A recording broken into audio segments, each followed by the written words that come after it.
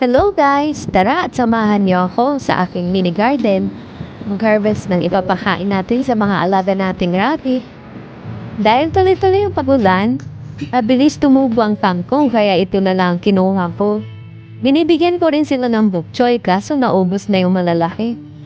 Dahil dun din ako kumukuha ng hinahalo ko sa niluluto ko. Pinapatubo ko na muna.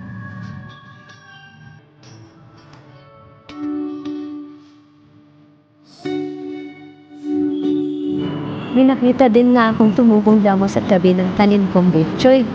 Kaya kinuha ko na din. Guys, may trivia ako sa inyo.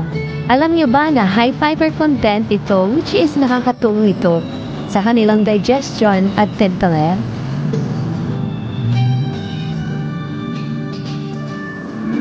Ay sorry, hindi ko na nakunan.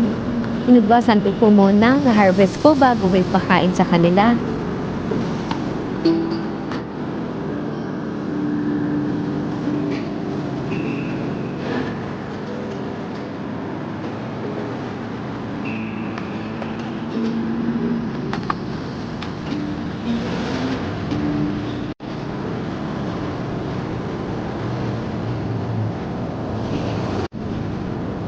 Hanggang dito na lang po. Bye!